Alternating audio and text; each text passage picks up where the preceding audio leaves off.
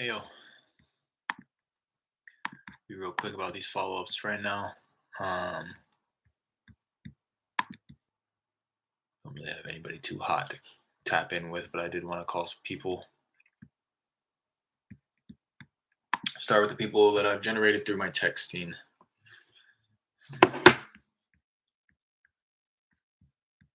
This gentleman had texted me off a different number, giving me the property. Oh, this isn't even the right.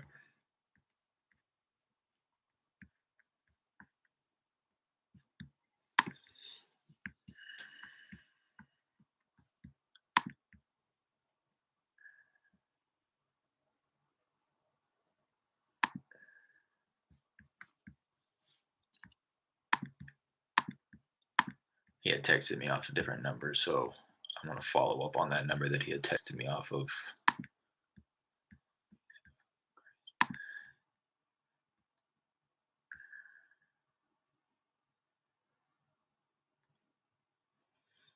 Here's Ramiro. Ramiro had said, yes, I want to sell. I said, did you have an idea how soon he wanted to sell? And he said, today. And I said, did you have a moment to speak? And I've called him 3 times since then. No answer. Texted him. No answer. I think he was probably messing with me, but I'm going to call him again right now. I don't even know if this is actually Ramiro. I imagine it's not, to be quite honest. Please leave your message for Yeah, he did that last time, hung up on me. I'm just going to put him on like a weekly follow-up for now.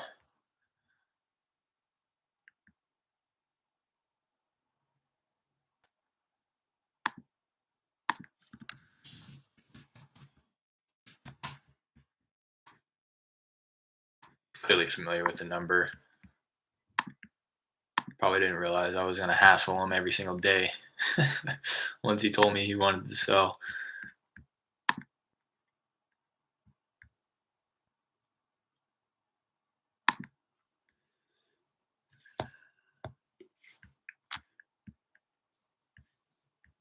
Can't play that game with me, though.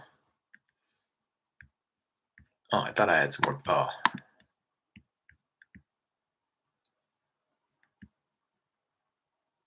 I got 2 more people I want to follow up through text. This gentleman says, what did he say? Probably said no thank you. Oh, he said, if you're an investor, I don't want to sell it to you because you're just going to pay 25% of the actual market price. And so that's understandable. Definitely not my intention to insult you with that kind of offer. I obviously would only want to move forward if you were happy with the offer as well. Are you considering selling that property there? And he didn't text back. And I said, hey, thanks for talking with me about. So he's in a cold lead campaign. I'm actually just going to let that ride out. I'm going to push this out like 30 days. He's getting automatically texted. So I'll just let that run its course. It wasn't somebody who was, he didn't say that he was interested. I actually asked him after he gave me that kind of bogus response. Like, the only reason I'm following up with him is because he kind of alluded to the fact that he would be interested, just not at selling it for 25%, which I understand. But he didn't actually let me know that he was interested in selling, which is why I'm kind of just letting this drip campaign run its course, as opposed to like calling him every single day. I've already texted him a few times and he hasn't texted back. So if he's interested, he'll get back to me.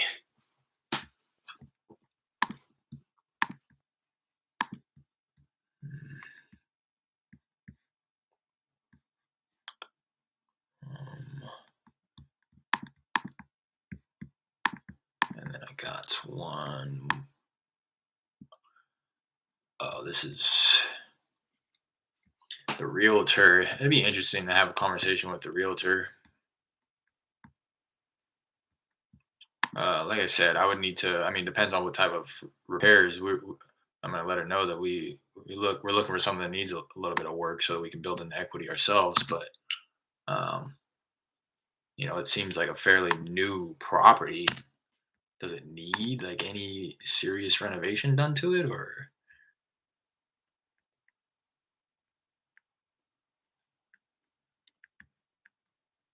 She's a managing broker at this brokerage.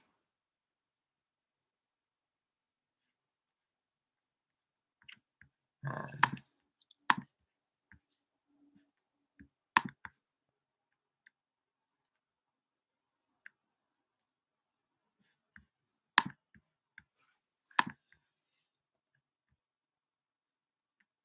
like I said, I mean, I would need to be just for the sake of it. I can try to get her opinion on what it would sell for, on market and stuff like that. But I'm fairly confident in my own numbers. It'd be interesting to see what she says, though. But um, I'm gonna need it significantly less than what he's asking. I'm gonna need it under 200,000, regardless, even if it is cosmetic.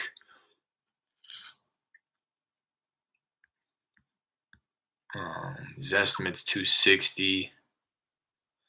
I think he could push 270 ARV, maybe 275, something like it.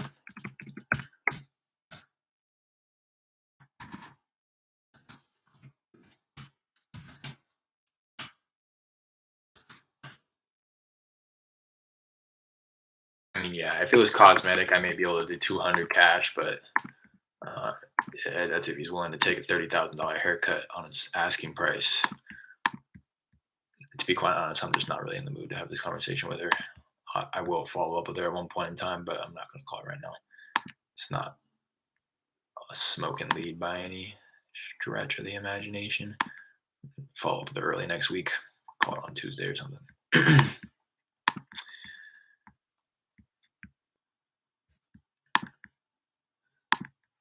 Let me hop over to my dialer now. See if who I can call in terms of follow up.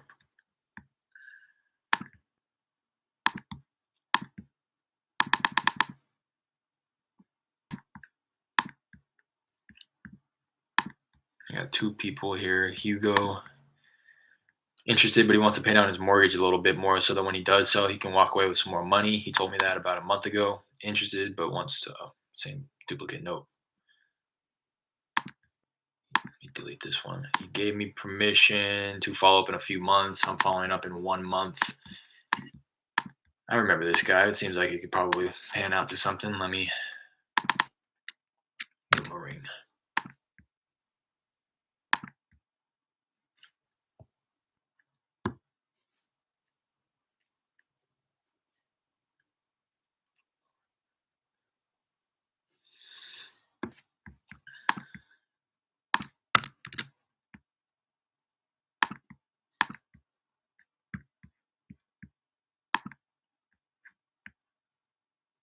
Okay, and this is the one that it's owner occupied.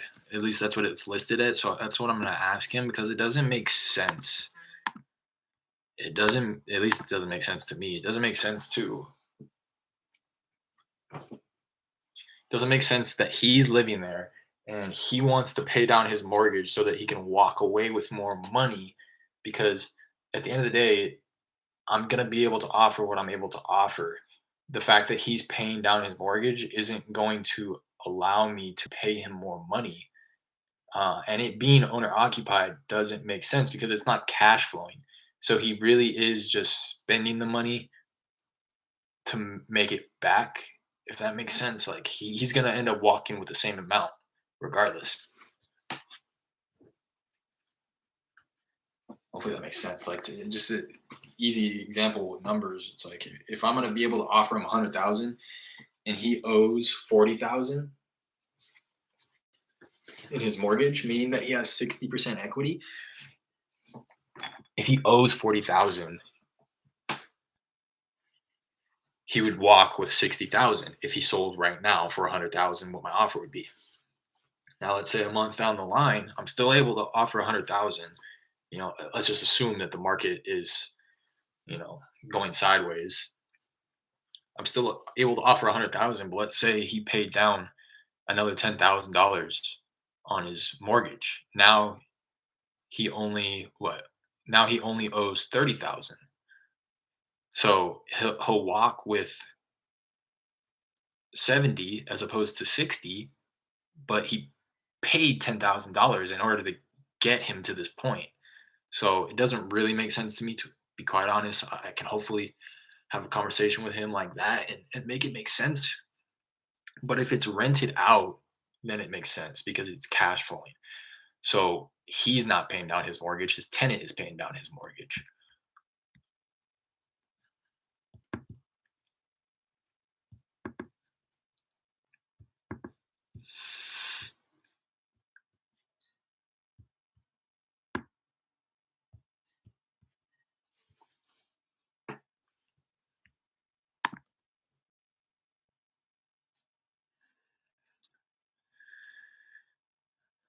Poor service right now.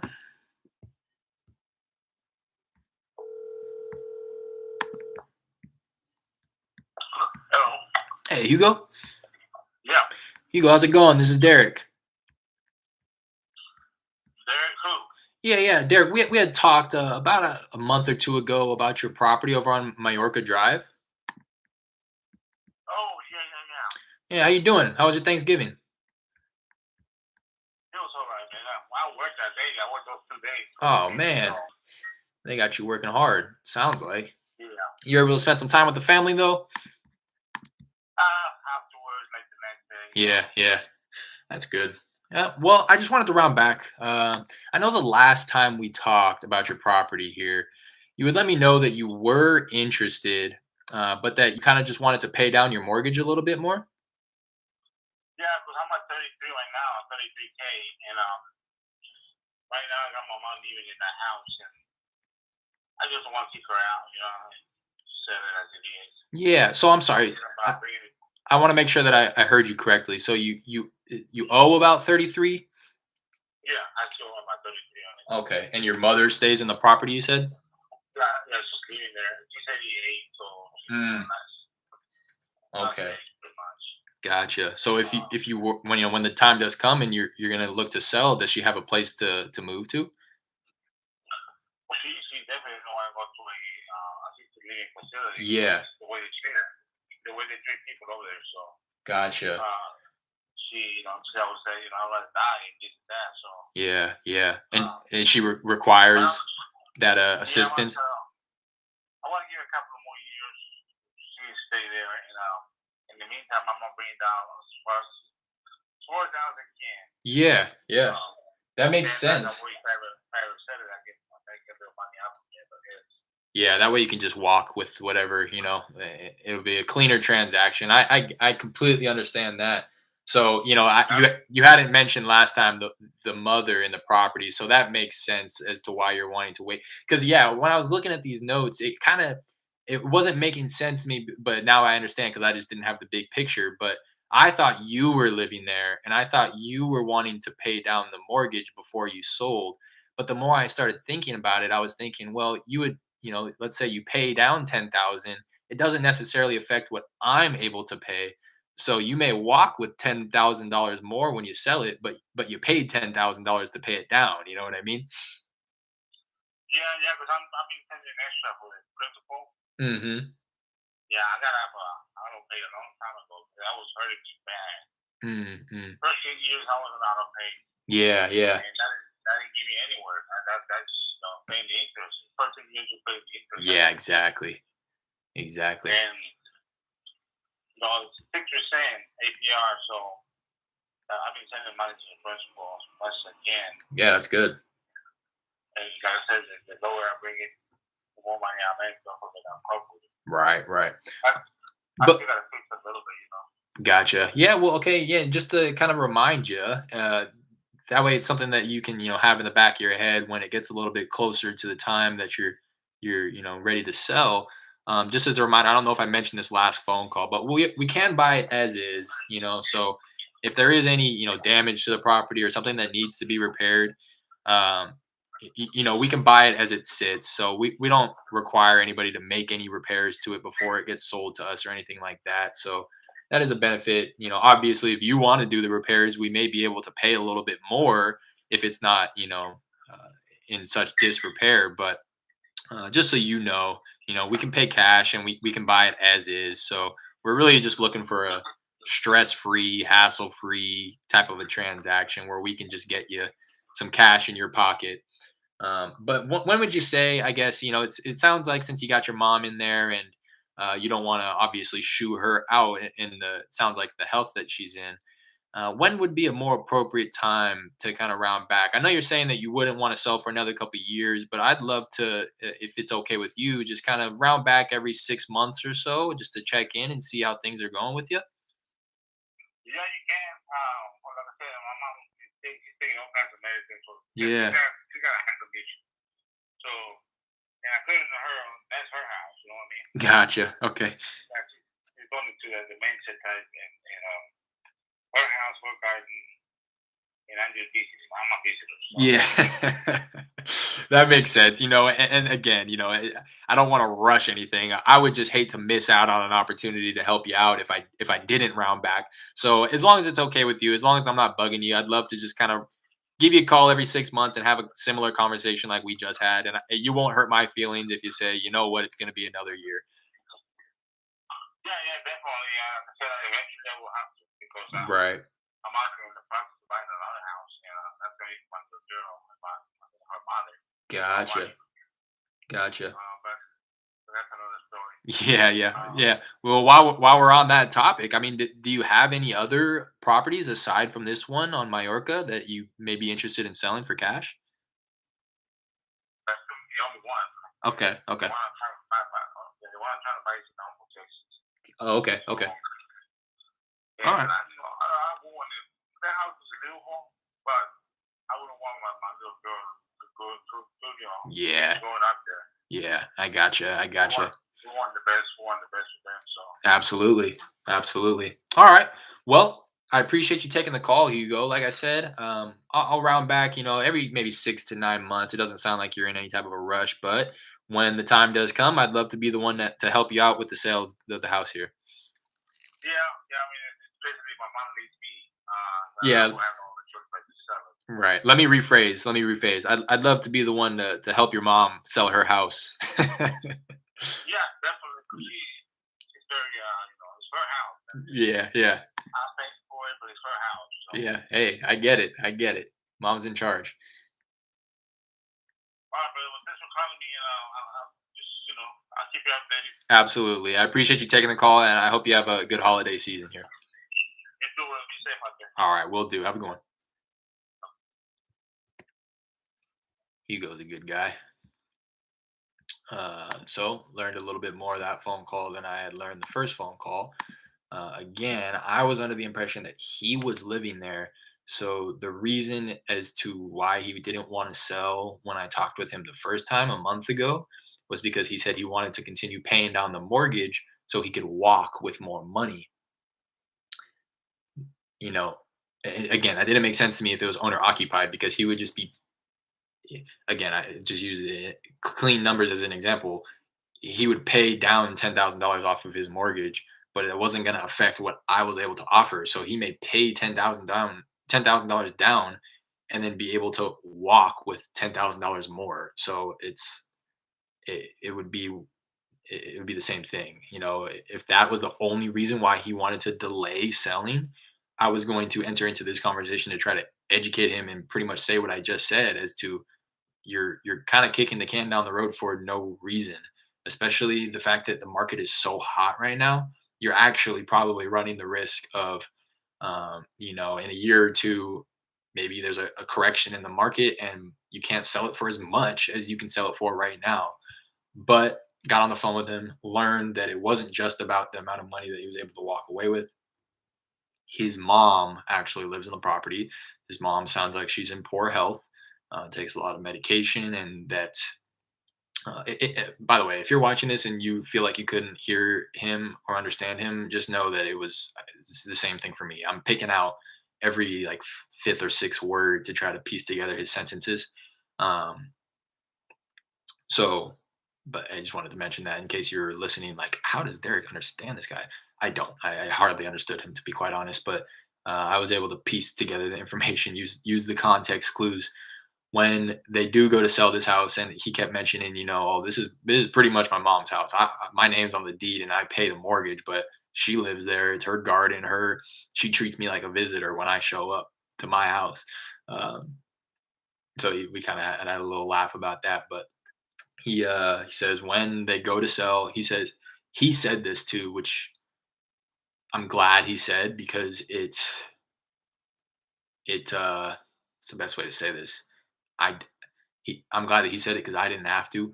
Not like I would have ever said it, but he mentioned. I said, when the time does come and you get a little closer to, when you may want to sell, and he was like, he kind of corrected me. He was like, "Well, we're gonna have to. We're gonna have to. My mom's in poor health. She's gonna have to move into an assisted living facility at one point in time. Um, I don't know when that's gonna be, but uh, we're gonna have to sell." So I really liked that he said that. He is he doesn't have his head in the clouds. He understands the situation. He understands. He even mentioned that the place is going to need some work. So I took that as an opportunity to reassure him that we can buy it as is. Um, so good relationship that I've started here, in my opinion. Somebody that I plan on rounding back with every. I said 6 to 9 months. I'll probably round back in like 4 months, to be honest, like the end of Q1 next year. Um, I again just see I don't want to miss out on an opportunity to help him out and his mom out just because of a lack of follow up. Um, Again, you'll hear everybody say it, but I would rather lose out on the deal from bugging him a little bit too much rather than me calling not calling enough and then calling him when I said I was going to call him in 6 to 9 months and him being like, "Oh, Derek, I'm so sorry, we already sold it," which has already happened to me in my short time in wholesaling. Just lost out on a deal or two due to a lack of follow up. So trying not to make that same mistake. Again, really good conversation. Seems like a great guy. Um, I've been kind of focused on building the relationship in my follow ups more so than wanting to come across as a salesperson trying to close the deal. Um, I don't know if it's the right move. I will only find out months down the road when I maybe have the potential to buy these people's properties. And only at that point will I be able to determine whether or not it was worth becoming buddy buddy with them. At the end of the day, I don't want to become too buddy buddy. I try my best to bring it back to the property and set future pace and set expectations.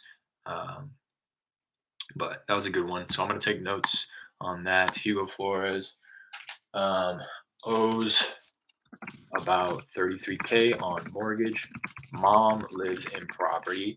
Mom is in poor and will have to move into an assisted living facility at one point in time.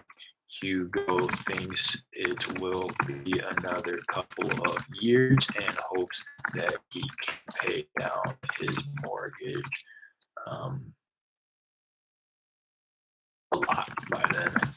Um, Hugo joked that it is really his mom's property and he's just a visitor, although his name is on the deed and he pays the mortgage. Um,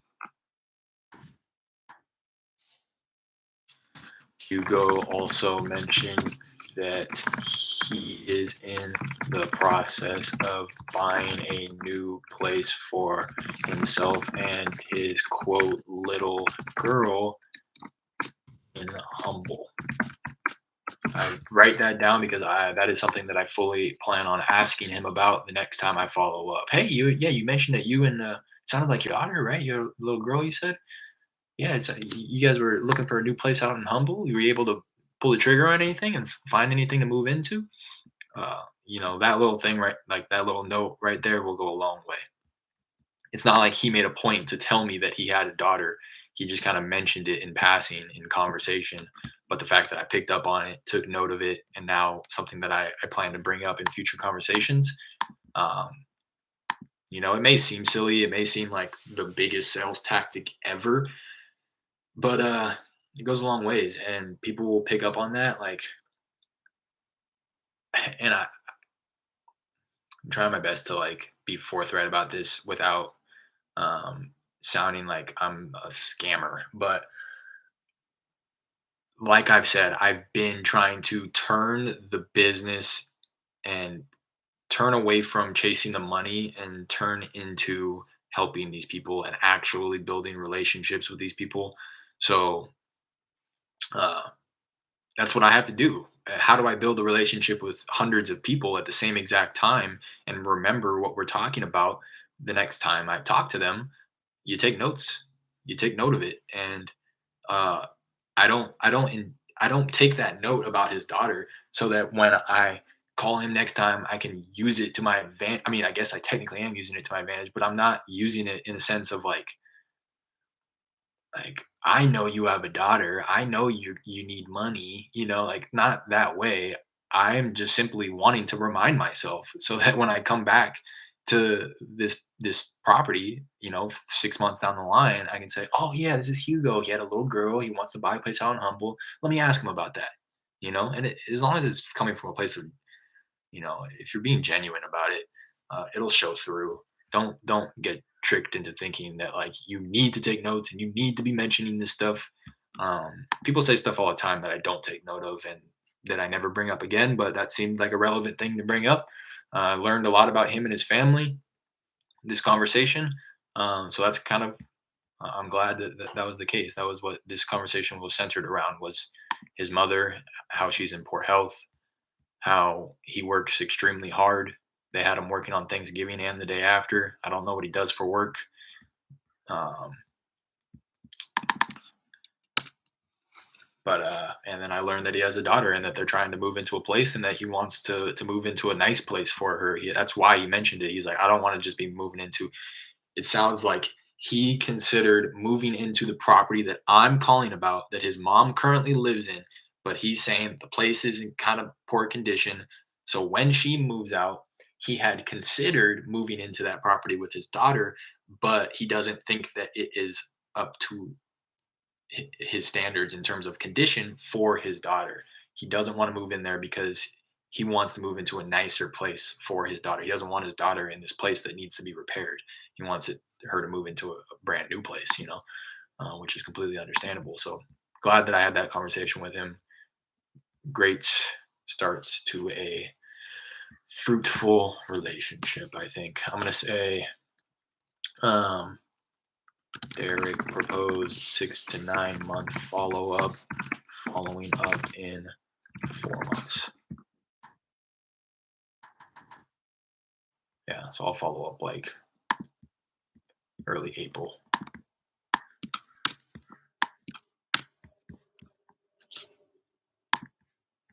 I've also been taking the approach in the beginning of the phone calls of um, like kind of like a me approach, um, because we have talked, and some people will remember or they'll pretend like they remember. But hey, Hugo, how's it going? This is Derek. Hey, how's it going, Derek? I'm going pretty well. How's your Thanksgiving? With before getting into the whole property thing. Oh, it was pretty good. I had me working. Oh, what? They had you working? Yeah. Well, the reason I called you, I don't know if you recall, but we had spoke another, month or two ago about your property, and he was like, "Oh yeah." So I've been taking that approach. It warms up the conversation. I feel like, and it kind of breaks down their barrier a little bit, so that when you do mention the property, especially in a situation where you've already talked to them about it, and the previous conversation was a good conversation, um, they're much more willing to open up. And I kind of feel like I proved that on that conversation. He was, oh yeah, Derek. Oh, okay, yeah, the property.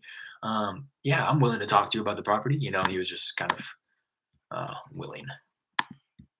Um, that's really everybody who I wanted to call today.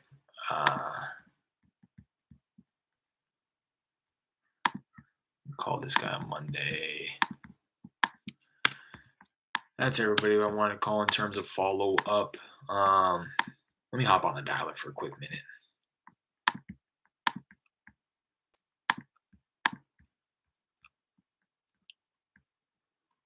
Call through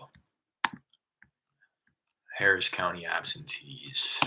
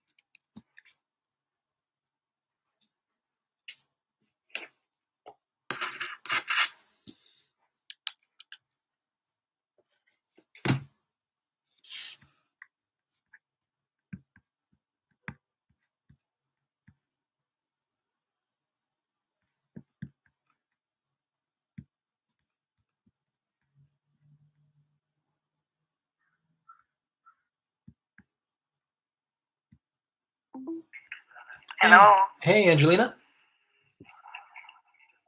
who's calling? Hey, this is Derek. I'm sorry. I know this is a bit random, but I was calling about a property I believe you own on McCon Street. Not yet. No plans yet. Oh, okay. Thank you for calling. Thank you for taking the call.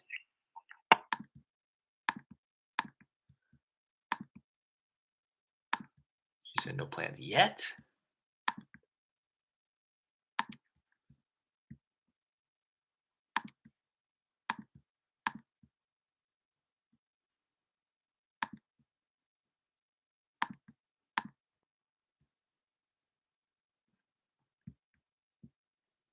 I just realized earlier today too that on call tools you can actually get text messages sent to the caller IDs that you're calling off of and like have a conversation via text through the dialer.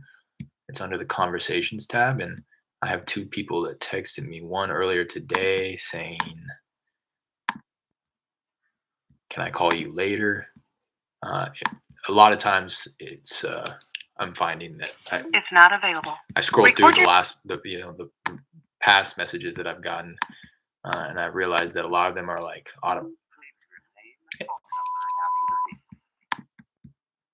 a lot of them are automatic, like "Sorry, driving right now," or like this guy, "Can I call you later?" I feel like is probably an automated message. Um,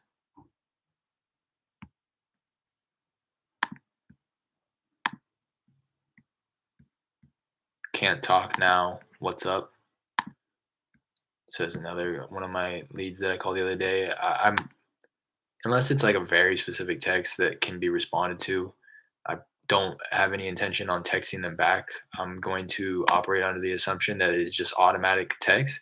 And the reason I'm not going to text them back because of that assumption, I don't want them to just have the opportunity to block my number because they may not want to deal with it right then and there. It's one thing. It just makes it a lot easier for them to block your number, uh, say no. It's just a lot easier for them to dismiss you via text. Hello? Hello, we are not available now. So that's why I don't really leave voicemails on uh, my dialing, my cold call sessions, because I'd much rather just get them on the phone and get that no. And if they don't answer, I'll call them again to try to get that yes or no. It's worth it to me to get them on the phone. You want to get people live on the phone. That way you can read into their emotions, read between their lines, uh, you know, hear the maybe some slight consideration in their voice, Leave your name and phone number after and you can't really read into any of that through text, nor can they. You know what I mean? They may see a text come from you or a voicemail, and it's very easy for them to assume that you're just like everybody else that's calling about this property that's going to lowball them and screw them over. How easy is it for them to paint that image of you? Whereas if you can actually get them on the phone, you can change their mind and um, win them over and show them that you're not just in it to take advantage of them. You're actually in it for the complete opposite, to help them through whatever it is that they're facing in life.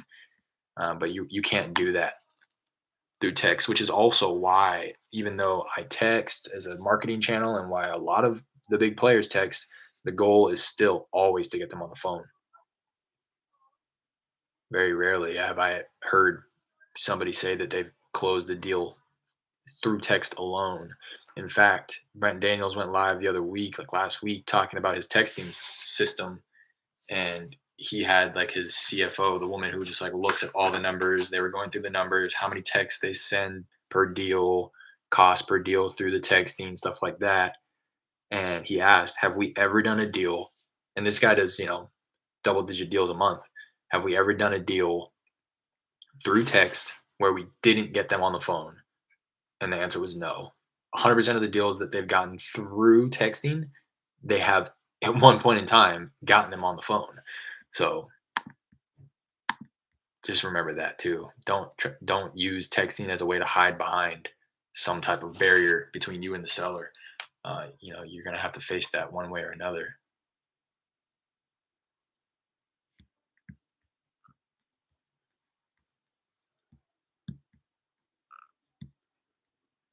These lists are kind of bunk. I need to get a fresh list. So I have a fresh list in here. It's like 500 plus, but I don't want to call it uh, until I at least send off text to all of them for the first time. And I've only sent it out to like half of them. What's up, anybody who's tapped in right now? I see there's a few people in here. What's going on?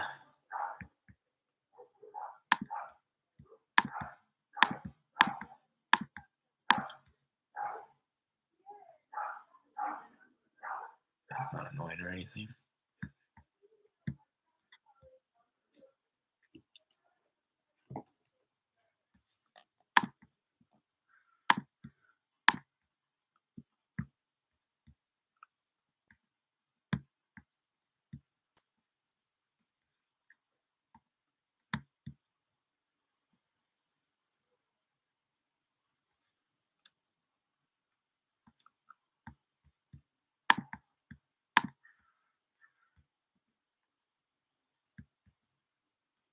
What's going on, Jared?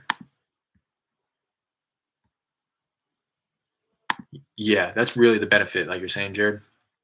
Jared says it's pretty good that you text first, get rid of all those no's right off the bat, saves time. Exactly. That's the idea. Um, that's what the players are doing. I am, and there's a lot of manual work involved in the way that I do it in order to achieve that because I'm not working off of a central CRM where somebody could text me back and I mark them as not interested, and now they're not going to get called. Which is something that can be set up if you have like a central CRM where it has different branches branched off to the softwares that you use. But I'm housing them in two different areas. So if somebody says no, I just got to make sure to come over to my dialer and mark them no as well because I don't want to call them. Because you're right, it's going to save me time and money. Time is money in this business, especially. I could be calling a list of 1,000 people who I've never contacted before, or I could be calling a list of 1,000 people where I've texted 500 of them and 100 of them have told me no. It's not worth my time.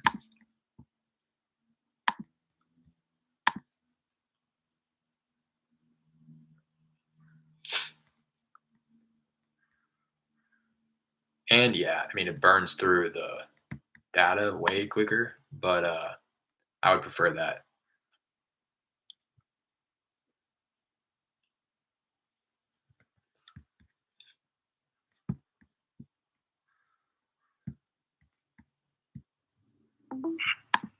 Hello? Hi, is this Miss Stevenson? Hello? Hi, this is Derek. Sorry, I know this is a bit random, but I guess she couldn't hear me.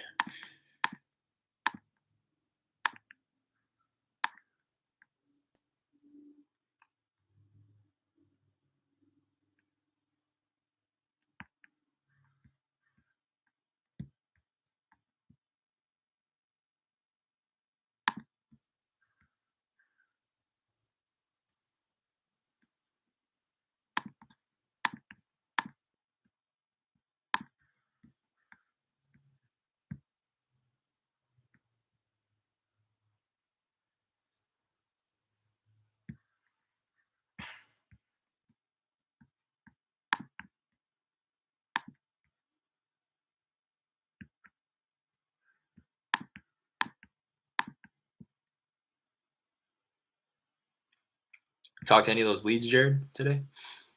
Those ones that we were taking a look at yesterday? I think you maybe mentioned it earlier today, to be honest. You were going to follow up with them in a week, I think you said. Oh, yeah, he wanted to talk to the neighbor. That's right. That vacant lot right next door.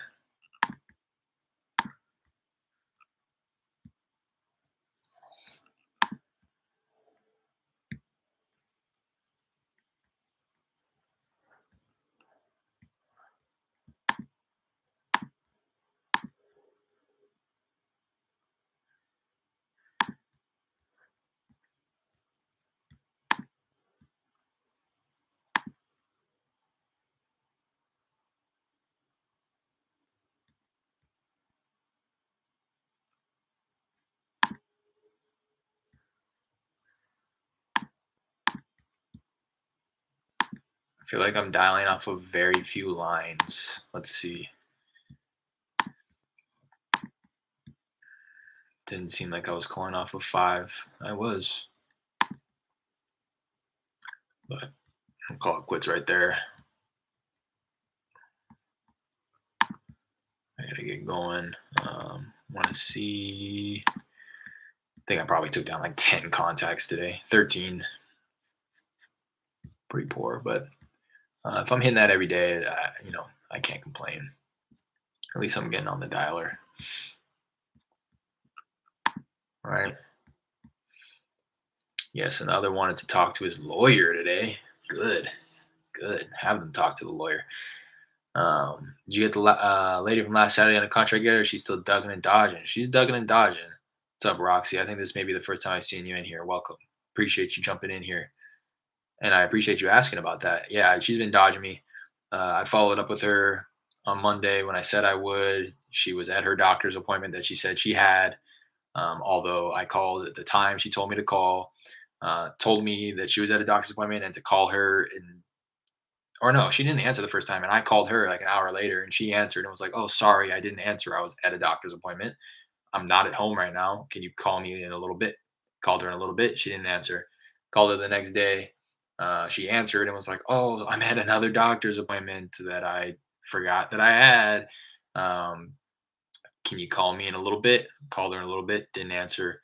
And then I called her twice yesterday and or maybe the day before, and texted her pretty much saying like, "Hey, I can't hold on to these funds forever.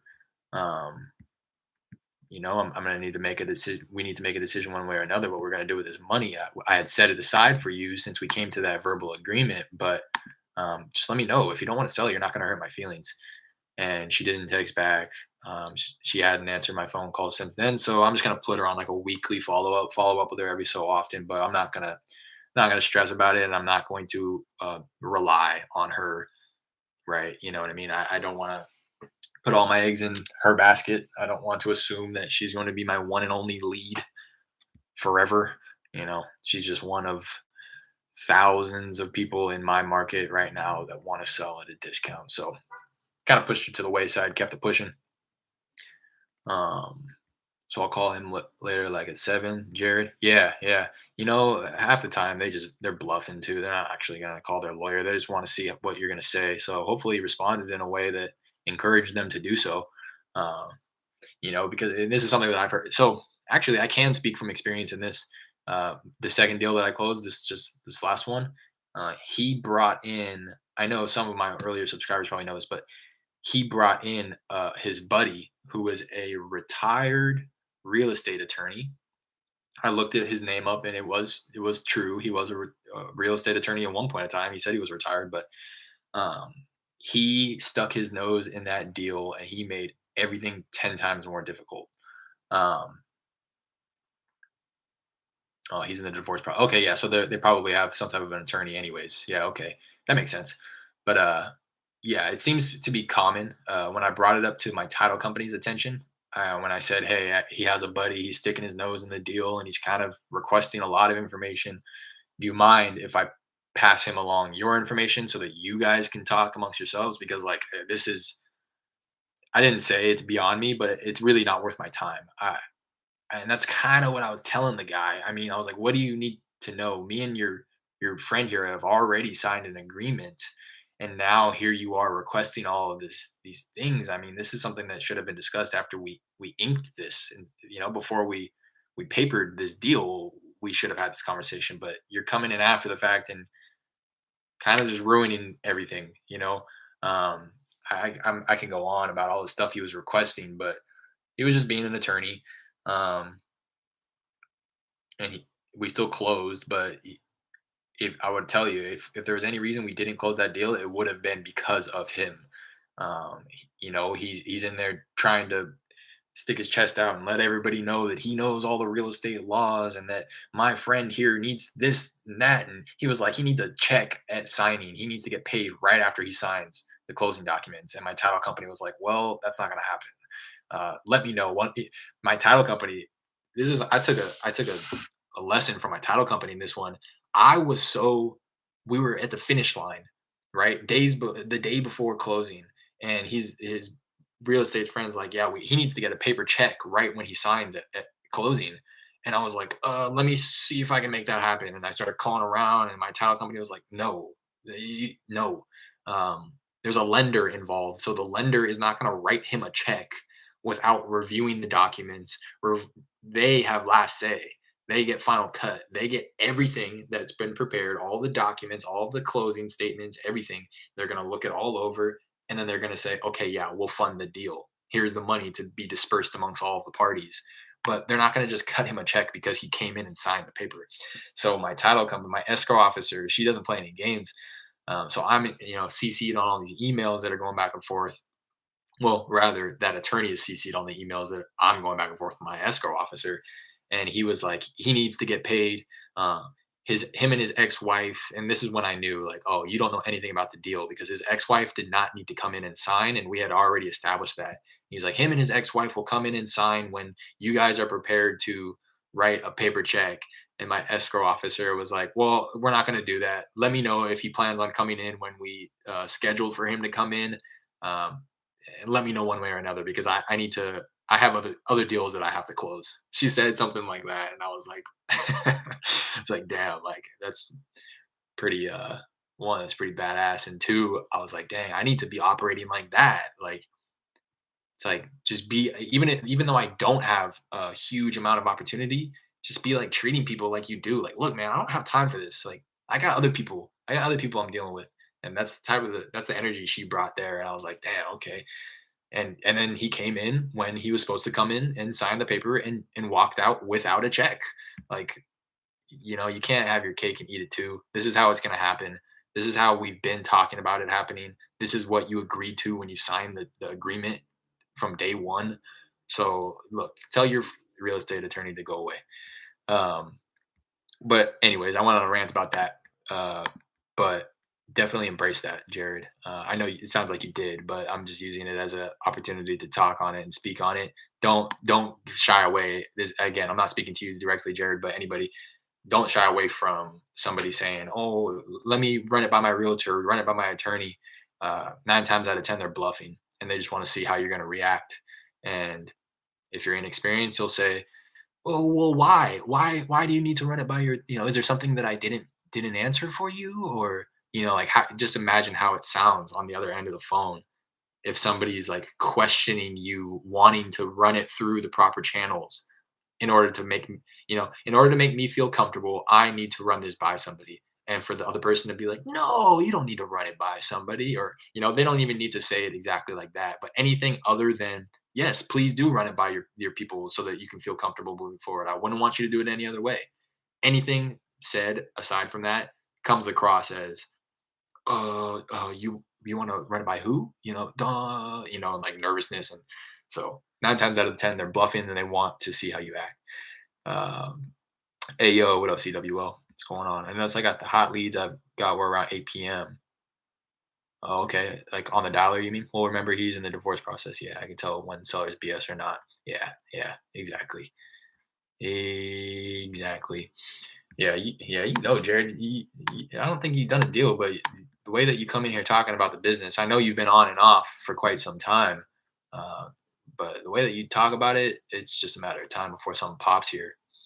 I believe that wholeheartedly, and I'm not just gassing you up when I say that. The way that you come in here and you talk about the business, you know what you're talking about. Now it's just a matter of running the numbers up. Just a numbers game. Dump as many people, just feed the funnel. You know what I mean? Feed the funnel. More people you dump through the top, the more of a chance there is that somebody squeezes out through the bottom. Literally a numbers game. That's why I'm really excited about this business and why it's interested me so much so, because it really comes down to the numbers, and that's why it's so easily scaled. How many people can I get on the dialer, and how many lists can I provide to them so that they're just constantly generating leads, and how do I put proper people and systems and processes in place to be able to convert those leads, and then it's just conveyor belt, automatic predictability, knowing exactly how much you need to spend in order to get X amount of deals. That's why I'm most excited. But I'm gonna take off. I got to get going for the night. I wanted to just hop on quickly. It ended up being almost an hour. Went through my follow ups though. Got another couple contacts in on the dialer.